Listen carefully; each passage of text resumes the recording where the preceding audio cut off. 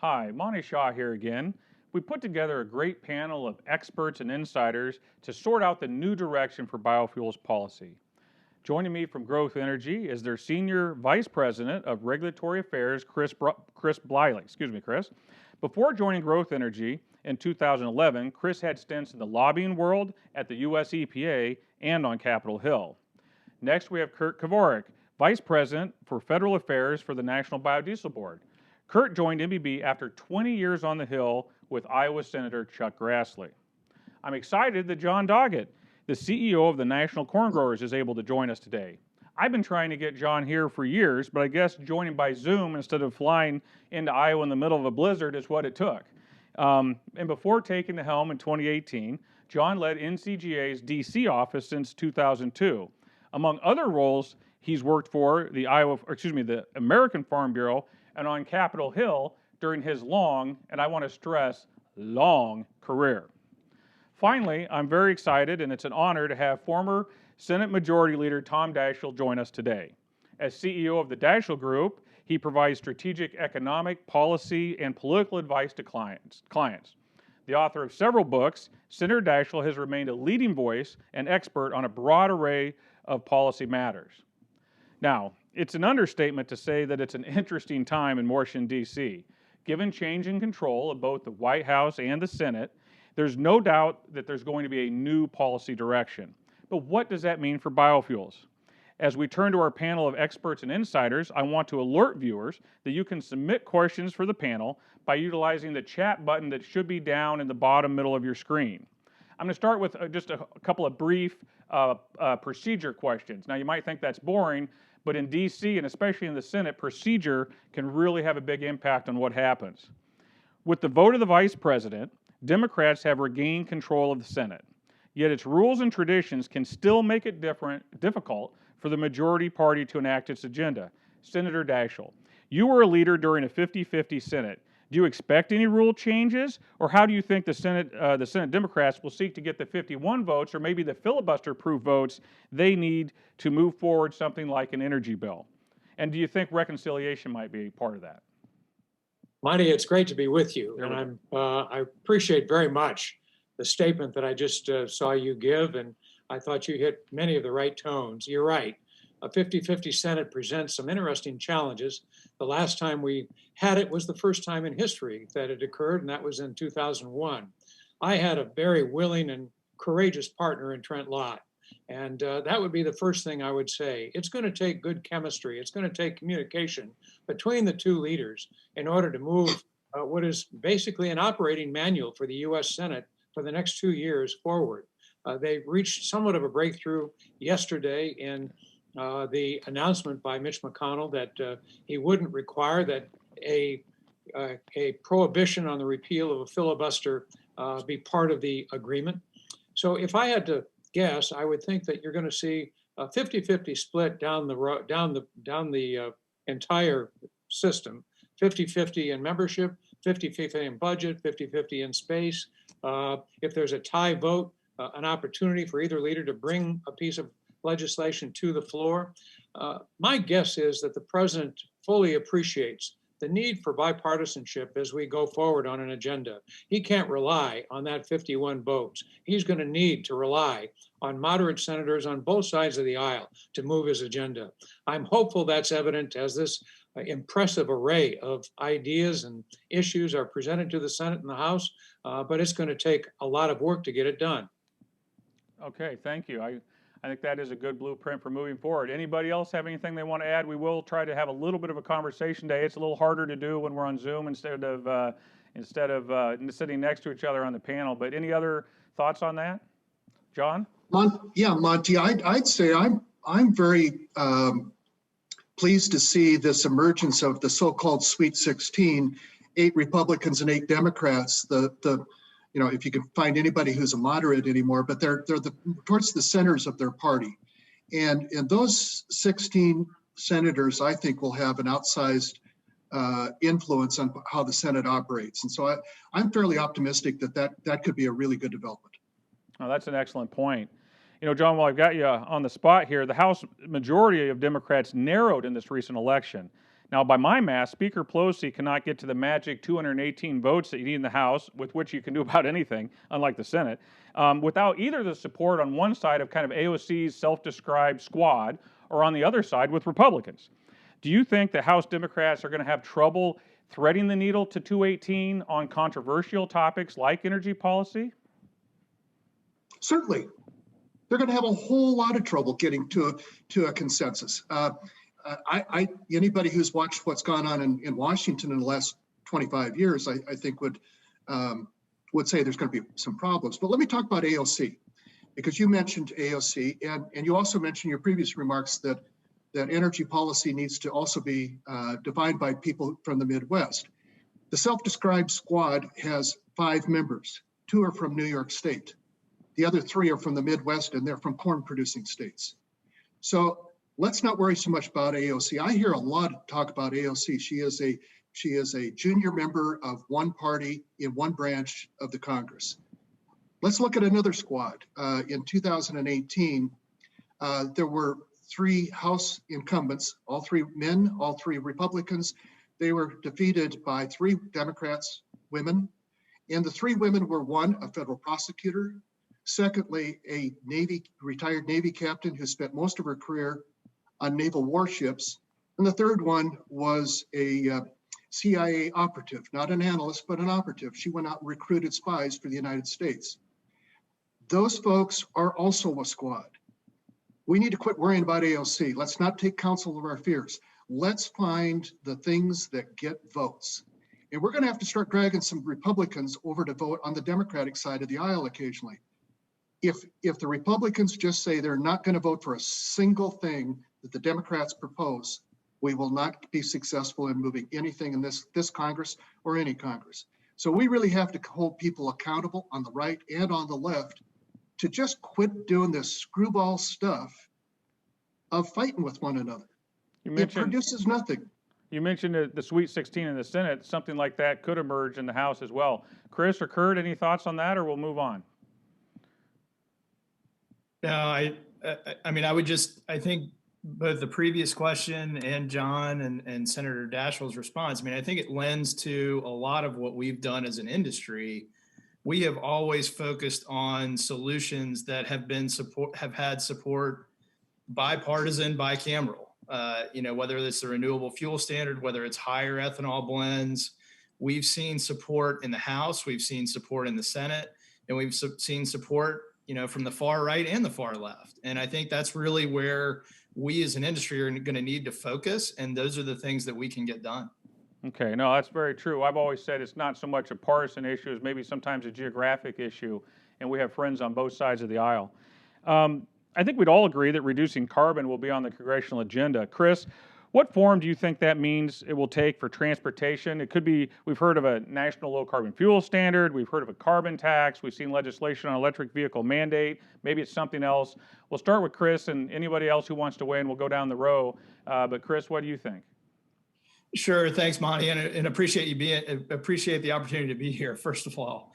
I think it's going to be a wide swath of lots of different things, to be honest with you. And it's not just going to be legislation. There's going to be a lot of activity at the executive level as well. You've seen that in the staffing. You've got Gina McCarthy and John Kerry at the White House. You've got somebody specific on climate at OMB. And this is a priority across the administration and across Congress. And so I think you're going to see things not only just on climate, but you're going to see a lot of focus on jobs. Certainly this infrastructure package is going to involve some things that are meant to reduce carbon.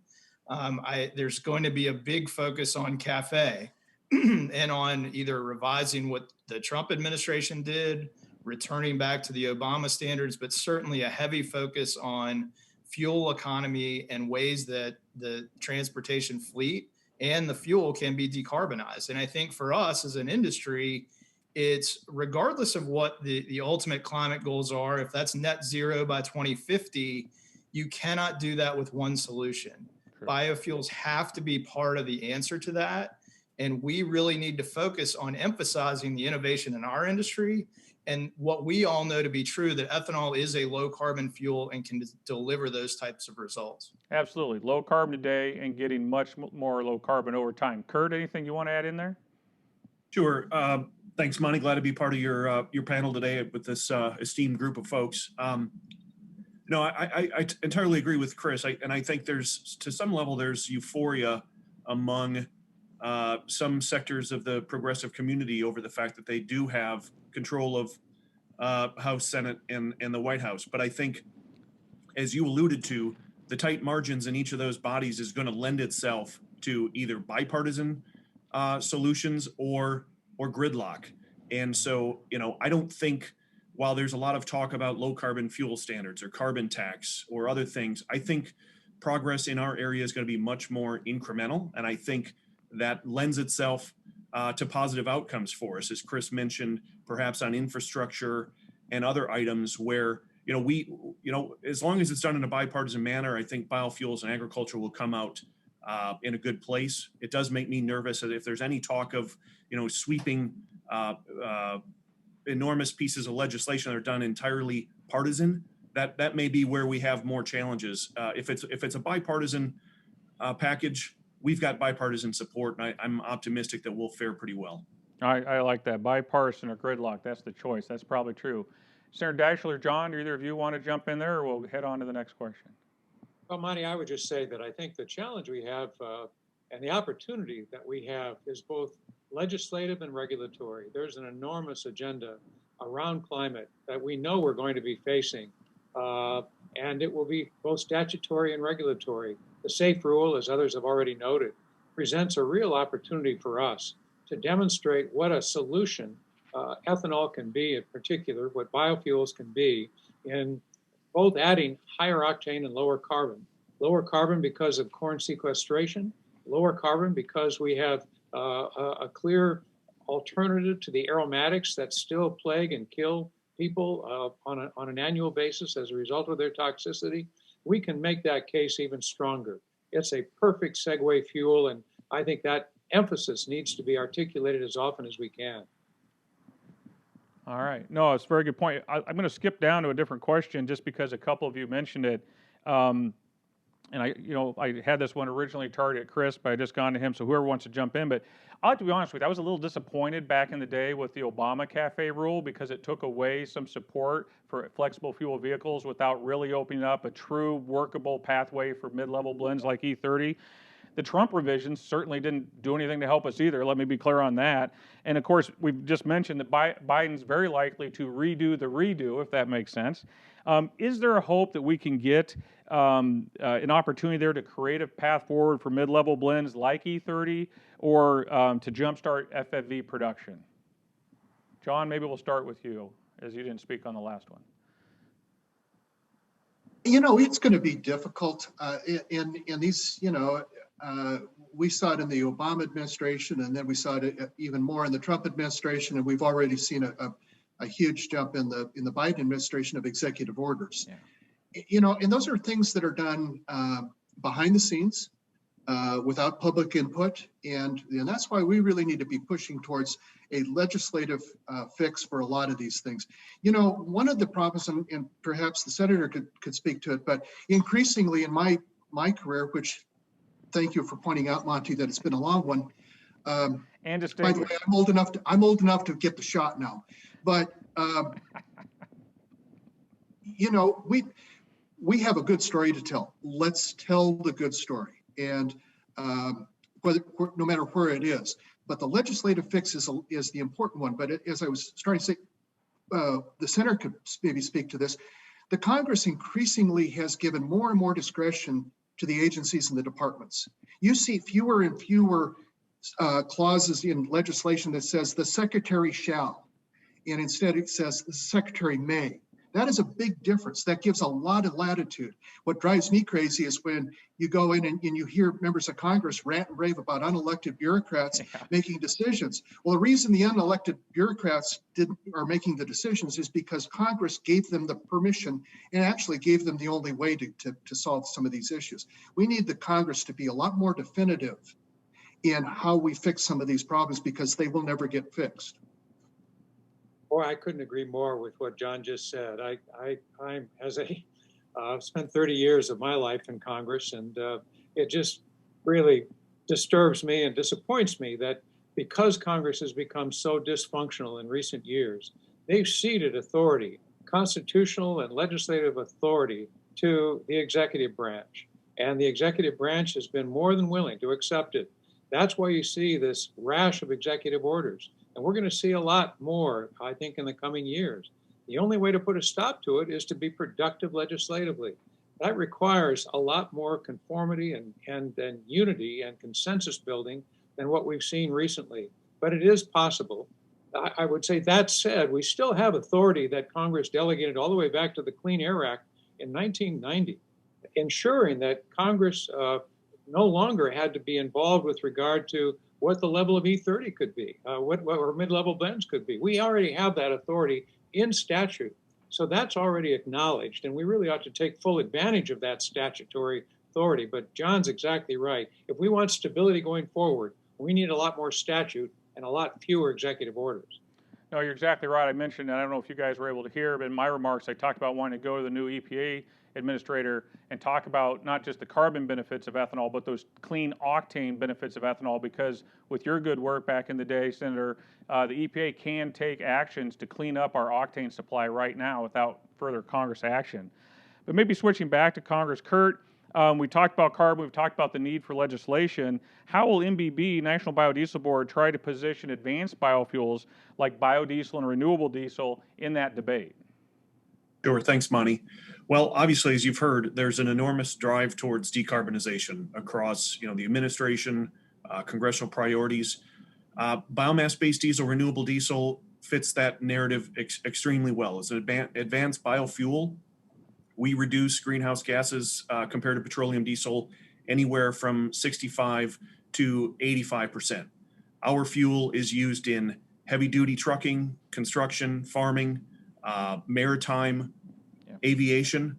These are extremely difficult, if ever, sectors of the energy consumption that will be electrified.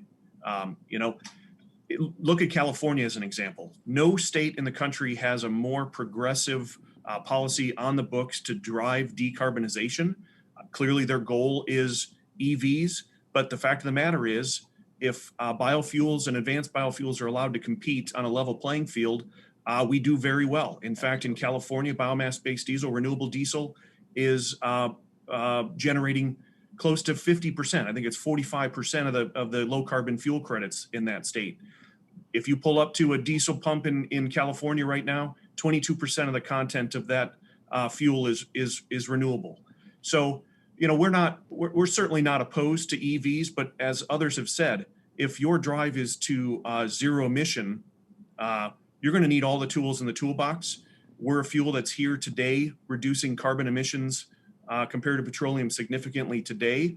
And, why put all of your eggs in a basket that may materialize in 50 years when we can reduce those carbon emissions today? There's got to be some consideration for the time value of those carbon reductions. So, our motivation here is simply to ensure that we're seen as part of the solution and not part of the problem or even a bridge. And I would add one last point, and I'm not meaning to filibuster here, but one thing that I think we've learned as an organization over the last couple of weeks, particularly during the consideration of candidates for the EPA nomination, is not just the drive towards decarbonization, but it's the environmental justice component of this motivation.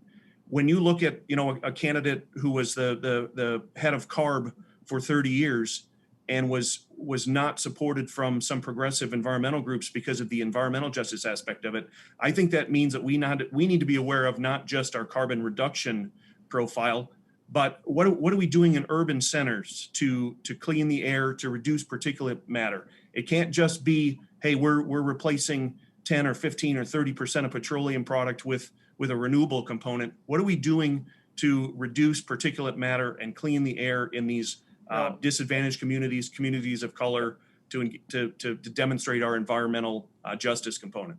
That's a great point. I highlighted that we've got some exciting research on that when I was talking earlier that we want to share with the EPA.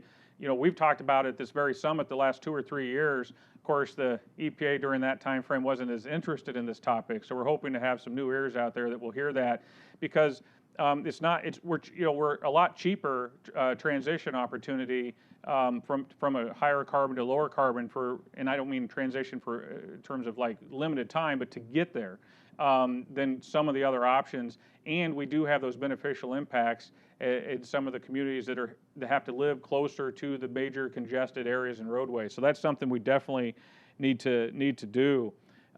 We mentioned filibuster, so maybe I'll go back to the senator here. We all know that sometimes on the Hill and the White House, even when they're controlled by the same party, they don't always see eye to eye on exactly what the details of a plan might be. So we talked a little bit about Congress. What type of energy blueprint or priorities do you expect to emerge from the Biden administration, from the other end of Pennsylvania Avenue?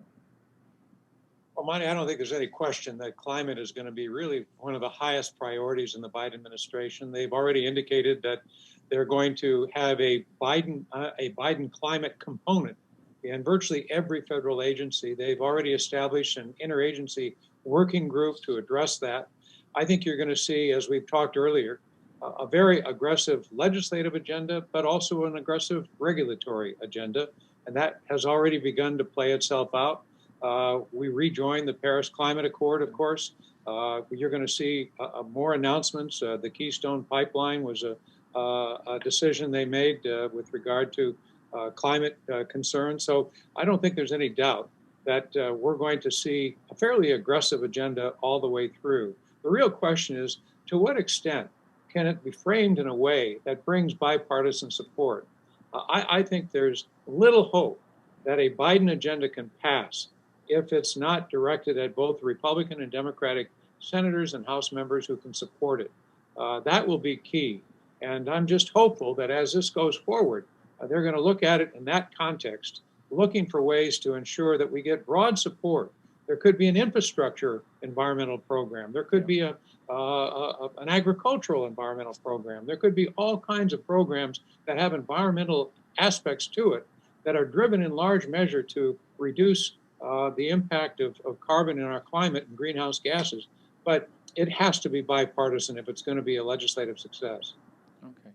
Any other thoughts from the panel on what we might see as Biden priorities that maybe impact biofuels?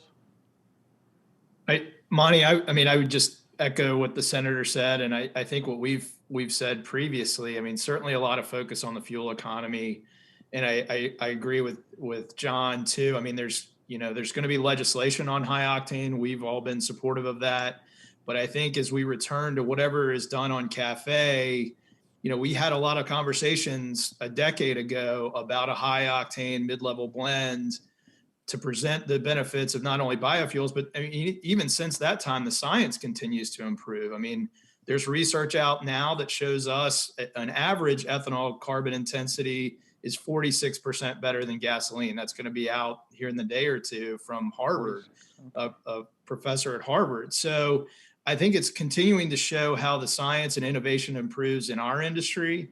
And I think we're going to see a lot of focus on CAFE and fuel economy. But I think, as the senator mentioned, and ties in really with Kurt's comments on environmental justice, there's going to be a lot about addressing the environmental justice piece as well as infrastructure and jobs. And so it really is going to be broad and really touch a number of different agencies across the government.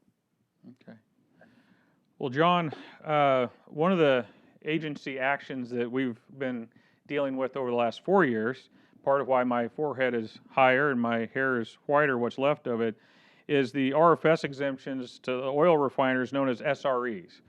Now, for the last 4 years, we fought this. What do you think? There's kind of three questions here, and we have other people weigh in as well. We'll start with John. For the Biden EPA now, do we think that they will make the names of those requesting the SREs public? Will they rein them in by applying the 10th Circuit Court decision nationwide? And there is a challenge at the Supreme Court. Do you think that ultimately, no matter which way it goes, will impact the debate, or will the debate moved on by then? So all things SRE. I think it was yes, yes, and no. Okay. There are three questions. Okay, Kurt, what do you think? No, I'm just teasing. Go ahead, John.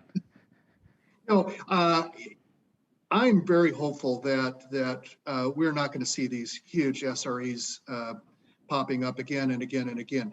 I do think there will be more transparency, but with all decisions made by the EPA, that decision on the transparency will be litigated before it gets decided, and that's the problem with EPAs. No matter what you do, there is litigation. Getting back to the previous comments about the Congress needs to be more definitive in where they want the agencies to go. I think that the SREs, I don't think we're going to see the huge SREs. I really don't. And just given who will be in charge at EPA, I kind of doubt it. Okay. Kurt or Chris, any thoughts on that? Or just everyone nod and give thumbs up to John's answer?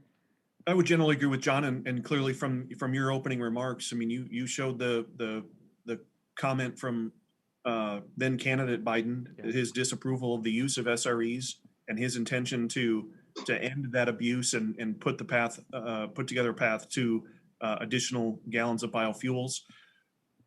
As with, if there's one thing that we learned from the Trump administration, is that the president can say one thing and the staff underneath him don't necessarily feel bound by that as a driving force or commitment. So I think it'll be easier clearly with this president than it was with the last.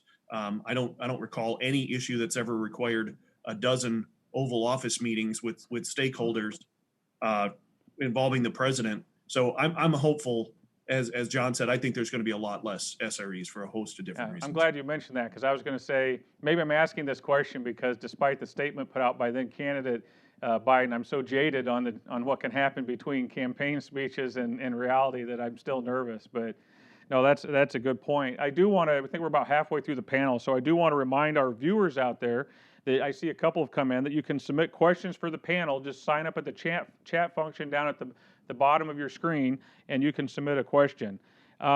Chris, on the way out the door, speaking of the Trump EPA, they proposed a number of biofuels-related rules, some good, some maybe not as good. Do you think that the proposed E15 rules on labels and USTs will help? Do you think they go far enough? And do you think that those will be looked at and considered by the Biden EPA, or as last-minute rules by Trump, will they just be gone and we start over? Yeah, thanks, Monty. I think they will help. Certainly, there's more they can do to provide clarity to use E15 in existing infrastructure. But we now have more than 95% of the vehicle fleet that can use E15. Yeah. More than 97% of the vehicle miles traveled. There have been 0 reported issues. We're closing in on 18 billion consumer miles with the fuel. And so we don't see a need for the label. And so removing it and treating it like a fuel, we think it just makes clear sense. And so we think that'll help with consumer approval of E15. I think on the infrastructure side, there's a lot in the rule that, we have said repeatedly for years.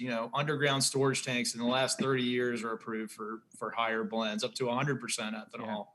Yeah. Your dispensers are approved for whether it's E25 for one, or at least E15 for both of the major dispenser manufacturers. So we think it helps. Clearly, we're going to push to make it broad so that if you are a retailer, you would feel comfortable using E15 in your existing infrastructure.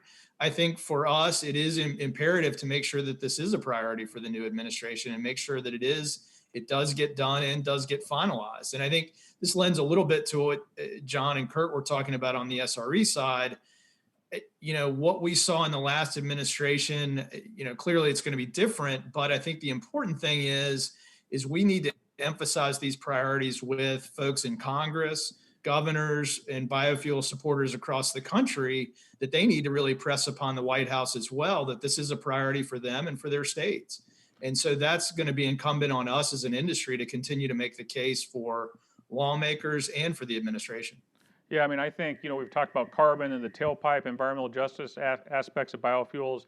Those are great things that will definitely not just help short term, but certainly long term. But man, if you really wanted to kick the door down to a short term boost on the ethanol side, simply making it clear that retailers could use existing equipment to sell E15 would be an absolute game changer. I think people would be shocked at how how soon it moves. Anyone else have any other thoughts on kind of the E15 ethanol type rules that the Trump EPA put out at the 11th hour? Not seeing any, so we'll move on. We do have a question. It's kind of a broad question, so let's give it a shot. It says, where does the new vision for agriculture come from? They note that with the digital camera, it wasn't Kodak, it was other entities and businesses that came up and along. So who do you think leads us to this new vision of a lower carbon, more sustainable agriculture? John, maybe we'll go to the person who's been around for a while here. Well, we better be the ones that define this. I mean, that's the point. We better define it, but we need to do it with a full realization that it isn't all about us. It's what problems can we solve for somebody else? And I'll go back to the early 2000s when Tom Daschle and Dick Lugar came forward with a renewable fuel standard.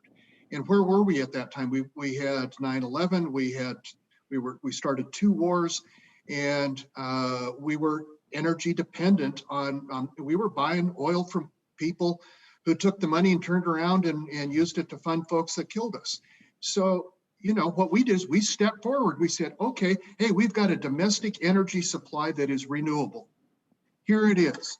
This is what will help solve that problem. So 20 years later, we're in a different place. What is the country looking for? What do people want?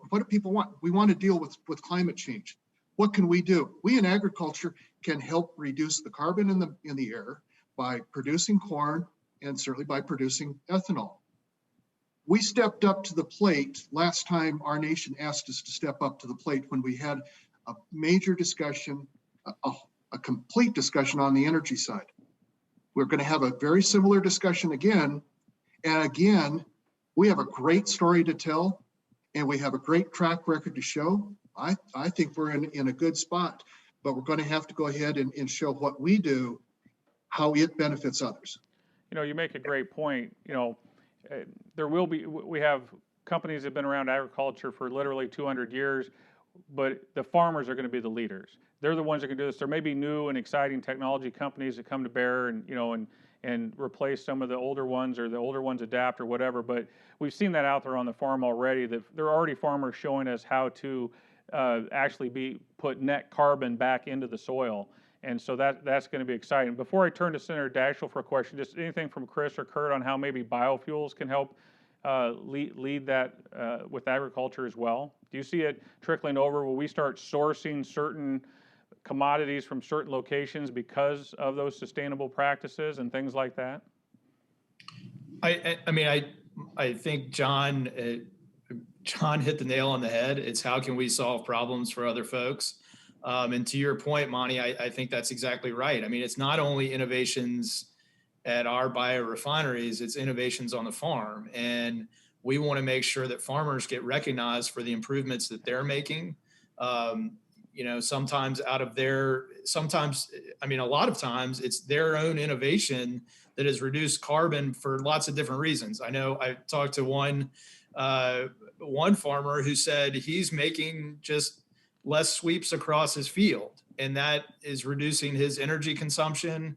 I mean, it's those types of things that, the farmer should capture, and that, if we use that corn for biofuels, that we can show is a demonstrative reduction in greenhouse gas emissions. And so those are the types of things that we need to capture and show that that's going to address climate. It may not seem, super sexy or super this or that, but I mean, those are the types of things that drive real reductions in greenhouse gas emissions and can get you to the types of greenhouse gas goals that this administration and many others have. I just want to be clear, though, when I think about biofuels, I do think sexy. And I think this panel says a lot about that. Senator Daschle, kind of along the same generic lines of that question, I know that you have spent time over the last several years out of office, but not out of the biofuels game, so to speak, and you have been working to position biofuels as part of a climate solution among Democratic policy thinkers. How has that message been received, and what can you tell us, do you think are the best arguments that we can be using when we also try to go out and talk to our state and local and federal leaders and about how biofuels can be positioned as part of the solution?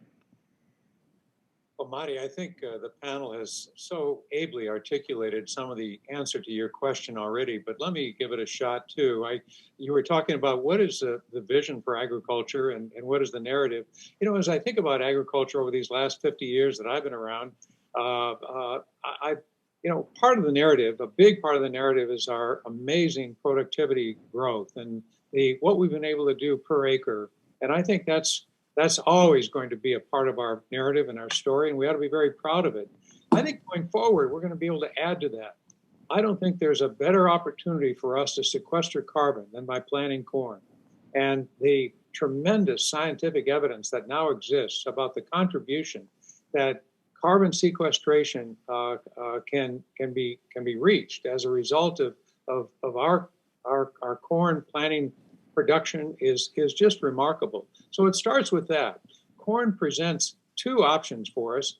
First on the sequestration side, but then secondly on the fuel side. We have lower emissions, lower greenhouse gases. We have higher octane. We have, one of the things that I think really sells with people as I talk to them is a realization that, obviously we're producing a lot more electric vehicles, but we're also producing a lot more vehicles that require higher compression engines. Yes. And those higher compression engines require higher octane. And there is absolute, almost unanimity about the opportunities that ethanol can bring in bringing about not only the lower carbon and lower greenhouse gases, but an increase in the octane for those higher compression engines. So I'm just hopeful that as we continue to build our awareness of this in the public, that we try to engage the automakers, the refiners even, and others who haven't always been working side by side with us. I think there may be new opportunities to do that. And I hope that we can build broader coalitions with that recognition. This is a new day. It's a day that I think is going to emphasize the importance of climate, the importance of carbon reduction, the importance of greenhouse gas reduction, the importance of high octane. And if we can't reach consensus around some of that need with other groups, then we ought to figure out what we're doing wrong. I think there's some real opportunities there. That's great. I wish we had more time to dig into the automaker side of that. We'd love to do a panel on this summit. You've got people doing hydrogen or fuel cells where you're not going to spend trillions building a hydrogen distribution network in Brazil. You have an ethanol distribution network. As Chris mentioned, we have an ethanol distribution network here in the United States. It's an incredibly great way to have an electric engine, but instead of a really expensive battery that wears out and has its own challenges being built, you already have a low carbon hydrogen dense fuel source with ethanol. Things like that I think really can change it. Kurt, back to the Biden EPA a little bit. One thing that we hope we see, in addition to some of the other actions we've talked about regulatorily, is they do need to set an annual RVO. The level, for those of you who aren't the policy geeks like us on this panel, the RFS level that is set each year by the EPA that the obligated parties have to meet. The Trump administration punted on that. They just simply didn't do it. It was supposed to be done by November of last year, so it's dropped into the lap of the Biden EPA. Do you think that we'll see that move quickly? And in the past couple of years, advanced biofuels like biodiesel have kind of been frozen. Despite the growth in the marketplace, they were frozen regulatorily by the Trump EPA. Do you think the Biden EPA will kind of restart and ramp up those numbers for advanced biofuels? Thanks, Monte. Well, I'm certainly hopeful that they will. As you mentioned, the track record of the EPA going back a number of years now is to always set that advance number. And as Senator Daschle knows, the purpose of the RFS was to drive market penetration of advanced biofuels. Having an EPA that sets RVOs below or at, the market today doesn't do that. It doesn't send the market signal to feedstock providers to find new feedstocks, to producers to produce more fuel. So I'm hopeful. Unfortunately, one of the legacies of the Trump EPA is that they're going to have a lot of things that unfinished business that's going to be dumped on the lap of the Biden administration. Chris knows from his time at the the EPA how long it takes to put out a proposed rule. This is a rule that was supposed to be finalized November 30th. It's critically important to our industry to, I would say beyond the importance of the ethanol industry, because our number is supposed to be set 13 months in advance to send that market signal. We wish it would have been done November 30th. I'm hopeful that the EPA administrator will get confirmed quickly. They have a long priority list. I'm not sure RFS is in the top 5. It probably is in the top 10, but that's going to be a message that we're delivering to them. Early conversations with the folks have been positive. They recognize that, they're being left a lot of unfinished business that's not pleasant, dealing with the SRE problems and resolving the RVO. So we'll work with them to try to get something out as quickly as possible to return some degree of market certainty to biodiesel producers. Chris, on the traditional conventional side or the cellulosic side, anything that you're hoping to see out of the next RVO rule? Well, I think Kurt covered it pretty well, Monty. I mean, I think part of it is it needs to get out there and get done to provide some certainty. We're overdue now. We need to deal with the refinery exemptions as we talked about earlier. I think it needs to show certainty and growth for the biofuels industry. I mean, it needs to return to what it was meant to do, encourage more biofuel blending across the U.S. transportation fuel supply. What a novel concept, do what the law says. Right.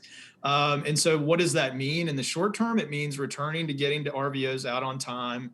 And I think we need to see the 2021 RVO and as Kurt said, from the biodiesel side, 2022 out yesterday. I mean, 2 months ago. And so we're hopeful that gets addressed immediately, and then work begins in earnest on 2022. And so those are certainly the things that we need to see. We saw the rule on the compliance deadline extension. You're giving more time to people who don't want to comply with the RFS to see if they get an exemption. I mean, we don't agree with that. Yeah. Stick with the deadlines, get this stuff out on time. That's the kind of certainty and integrity we want to see with the program return. Yeah, you mentioned 2 words that, I was like, wait a minute, I kind of have these vague memories of these from 4 years ago called certainty and growth. I mean, the RFS, to Kurt's point, was not designed to memorialize what was already happening in the market. It was to push the market forward. So we totally agree and hope that happens. One of the things that could push the market forward, John, I highlighted this in my opening remarks, but National Corn Growers has put a great deal of work into a bill that would create a low carbon octane standard. And I highlighted that I really like it because sometimes some of these policies we discuss will make E15 look really exciting and good and move us that direction, which is great on the ethanol side. But if we don't do something to address our access to the fuel tank, we'll get to E15 real quick, but then what? Then we're just capped there. So this has both the low carbon aspects, which makes those fuels attractive, but it also has a high octane part that would unlock more of the fuel tank for higher ethanol blends in newer cars. Has this low carbon, high octane standard gained traction with the policymakers, and how do you think it might play out in the Congress over the next couple of years? Well, we have a lot of work to do on the bill. It was introduced late in the last session. A form of that will be reintroduced in this session, we're pretty sure. Okay. But it's going to be part of the discussion. And, we know that we can match the performance of electric vehicles when it comes to carbon reduction. And this is going to be an opportunity for us to do that. Through higher octane fuels that will go into the higher compression engines that we hope the auto industry will start building. Monte, I would look at it and I agree with John completely, but I think there's going to be a plethora of legislative vehicles around climate and around energy that we're going to see. And I think we ought to look at every one of those vehicles as at least the potential of an opportunity to add amendments that would be in keeping with the agenda and moving this biofuels program forward. And even if we lose on one, we bring it back again the next time that another vehicle comes to the floor. But we ought to look at these vehicles as they come as opportunities, and I'm sure that those who are are already thinking ahead statutorily, are looking at it that way. But I think we're going to see a lot of activity. There's always there's an old line that I used to use a lot, that when all is said and done, there's a lot more said than done. And I hope that this year there'll be more done than said. Oh, well put. Well put. Chris, I know Growth Energy's been involved with the work on the low carbon octane standard. Anything that you would like to highlight from your group's perspective? Well, no, you're right, Monty. I mean, we're certainly supportive, and certainly going to work with John and the corn growers and others to get that introduced and moving. And part of the debate, as Senator Daschle said as well. I think the other piece that Senator Daschle mentioned and I mentioned earlier is not to neglect the regulatory side. We certainly want to inject the same discussion in any sort of regulation moving forward. And I think you really highlighted an important point, that with any sort of climate or standard, like performance standard like this, you need to have higher blends and not just stop at E15. This looks beyond that. And so that's going to be a key component of this debate going forward is and I return to the word growth for our industry. We certainly have a long ways to go to get E15 across the country, but we need to also talk about those higher blends and the octane benefits and all of the benefits that have been mentioned on the panel previously. Okay, we have a question from the audience to Senator Daschle, asking you to talk a little bit more about the opportunity that the CAFE standards redo process might do to enable mid-level blends of ethanol in the vehicles that can use them, and kind of asking what can we do as supporters in the industry, farmers, to help support those efforts. To a certain extent, it's an inside game because it's regulatory, but how can we help build support to try to have the Biden administration look at that as an opportunity for mid-level blends? Well, Monte, that's a great question, and I would hope it would really deserve the thoughtful consideration of everyone who's tuning in this morning, because I think it's really key. I actually, as one of those who, with Dick Lugar, started the whole RFS movement many years ago, believe that RFS provided the launch, and I think E30 provides us with the orbit. If we could get into orbit, E30 is going to take us there, and all that is required is a regulatory change. It doesn't require, as we said earlier, any statutory change. So it seems to me that really ought to be the emphasis. If we're looking for solutions to carbon, ethanol provides it. If we're looking for solutions to greenhouse gases, ethanol provides it. If we need solutions for high octane, ethanol provides it. But we're going to have to take it beyond E15 to get there. We need E30. And that higher level blend provides the RON levels we need for the compression engines that are being built today, 98 to 100. So it's all there. And it's all a matter simply of getting the EPA to do what they already have the authority to do. And so what is that going to require from us? Well, first of all, a unity around message. We're not as unified sometimes as I wish we were. And I think the more we could unify around that message, the better off and the stronger we're going to be. Secondly, repetition at all phases, in Washington, in Iowa, in South Dakota, all over, in California for that matter. But we've got to repeat that message in every venue we've got, just to be sure people understand its importance. And third, just beat down the doors of every regulatory agency that might have a voice in making that decision as time goes on. All we're asking for, and I'll stop with this because I feel like I'm giving you a filibuster now. I think what we're simply asking for is let the marketplace make the choice. Put this in the marketplace and let consumers decide. And at the same time, accomplish our goals that we're looking for in achieving everything we can do with climate in the next couple of decades. We can do that, but it's going to take higher level blends, E30 to be specific, for that to happen. I love the passion. I love the message. I think you're spot on. And I was just thinking, I was getting so excited listening to you talk. I was thinking, by today's standards, you're still a pretty young man. I mean, maybe you should run for office or something. I don't know. That was great. Anything that John or Kurt or Chris want to join in and talk a little bit about the CAFE and what that might do? I guess maybe that's more on the ethanol side, but Chris or John, or I think the senator covered it. So we'll just leave it there. Kurt, we got a question from the audience. How do you think the renewable diesel boom will play out when farmers are choosing between corn and beans? And maybe I'll broaden that out and say also just how do you see the relationship? I mean, same feedstocks, different processes, different in products, some of the same benefits, but between biodiesel and renewable diesel. I know National Biodiesel Board represents producers of both. Here in Iowa, we have we produce biodiesel in the state, but some of our companies produce both. So how do you see some of that playing out? Well, thanks, Monty. You're right. We do represent them both. We have biodiesel and renewable diesel producers in our membership. Both fuels offer competitive advantage to petroleum diesel in terms of economic impact in different ways. You know, the way I look at this is for biodiesel and renewable diesel, we've got a very good problem, and that is more people want our fuel, which means we need to find more feedstocks. And we've done that. You know, the conversation earlier was about innovation in agriculture and biofuels. You know, biodiesel's middle name is innovation. We were born out of the desire for soybean producers to find something to do with surplus soybean oil. The demand for protein was outgrowing the demand for the soybean oil. So the biodiesel industry was born 30 years ago. Since then, soybean oil today comprises about 50% of our feedstock. Where do we get the other 50% from? Well, we've innovated.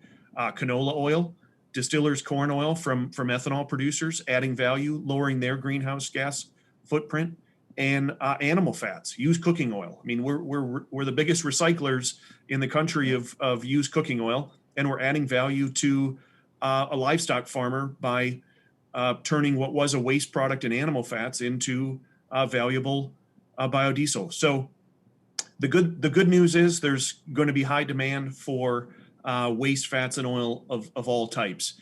We're certainly in an area of uncertainty in terms of where it's all going to fit. But I think as the National Biodiesel Board, we're very confident that there's going to be a future for today's biomass-based diesel producers, even as we have new market entrants in renewable diesel.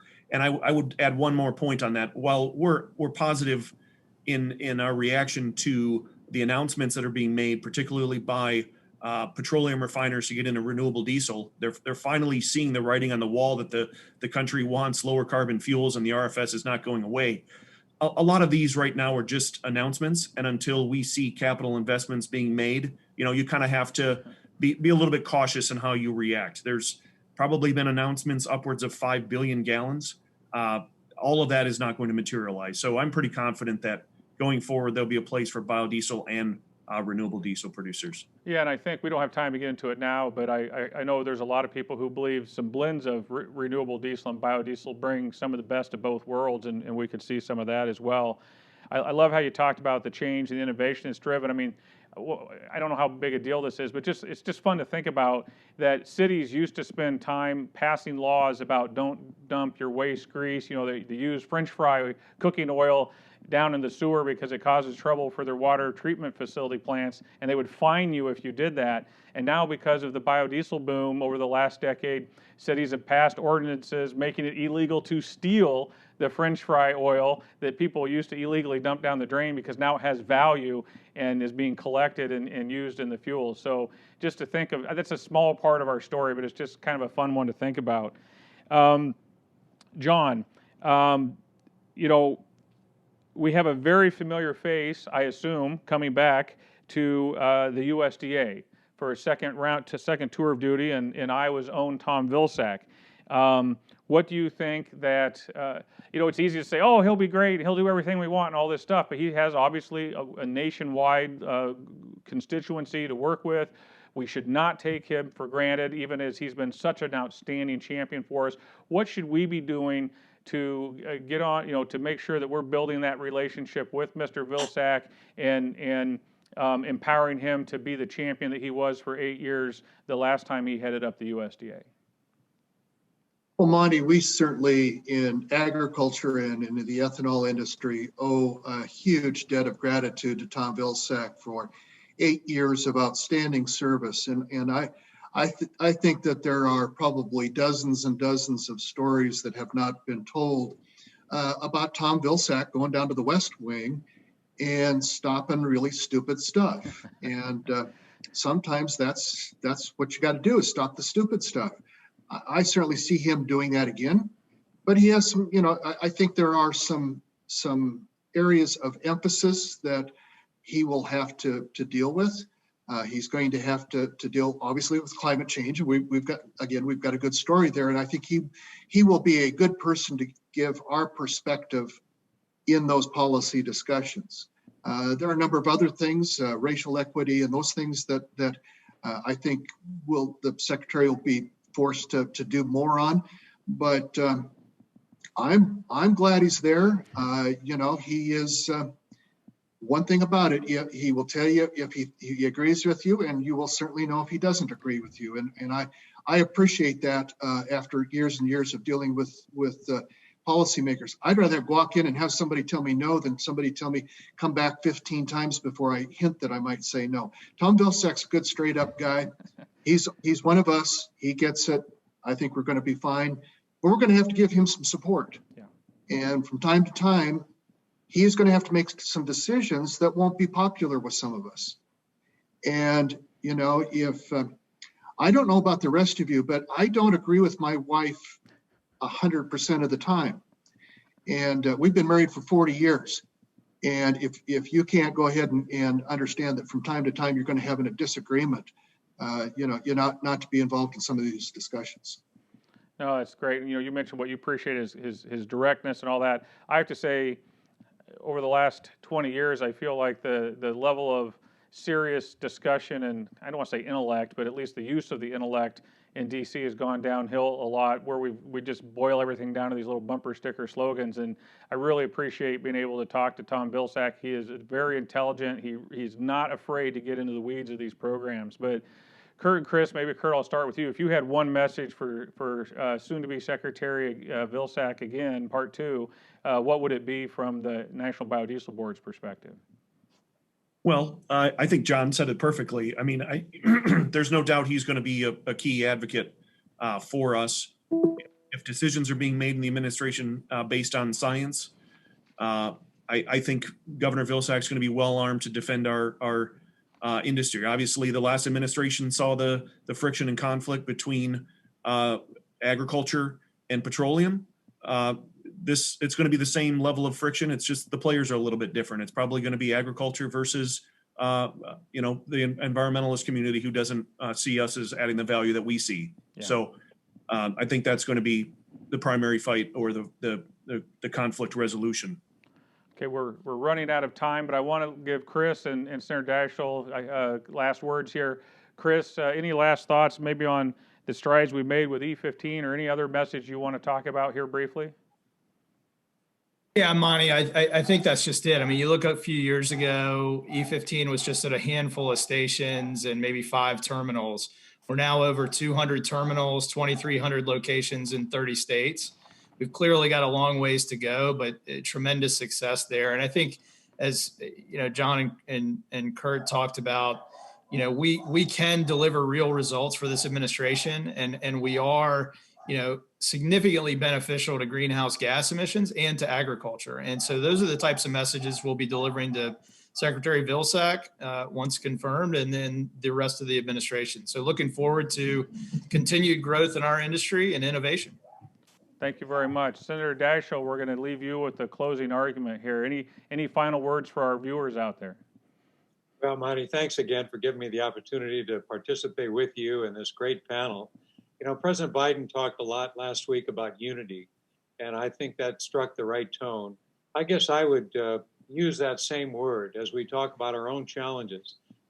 Let's have as much unity as we possibly can as we talk about our organizational strategy, as we talk about our legislative strategy, as we talk about addressing the regulatory opportunities that exist today, as we look at how we can contribute to reducing climate problems in this country today, and carbon and greenhouse gases. There is a real opportunity for us, and our success is going to depend in large measure on our unity. And I think you've contributed to that unity today with this discussion, and hope we can continue to see more of it in the months ahead. Well, thank you so much, Senator, for being here, for sharing your insight. It was hugely helpful. Mr. Doggett, thank you for putting up with my bad jokes. I truly am very happy that you were able to join us this time. It's an honor to have you on a panel.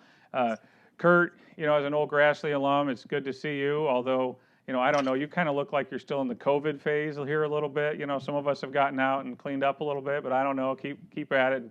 Chris, thanks so much for having Growth Energy be a part of this. We're going to hear from your boss, Emily Score, a little bit later about her vision and all the work that you guys do on Unleaded 88 and everything. And thanks to the viewers out there. We're going to have a very brief couple-minute break to hear from a couple of our sponsors, but then a few of the questions I wasn't able to get to from the audience, I think will actually be answered by the next panel, which is about new investments. We've talked about all these things we need to do to be part of the solution. Well, let's hear from some of the higher-ups in some of the ethanol and biodiesel companies. What are they investing in? Why are they making those investments? Is it carbon? Is it new markets, higher value? What is that? And that's part of what's going to drive us forward. So we're going to be back in about a couple of minutes right after this break.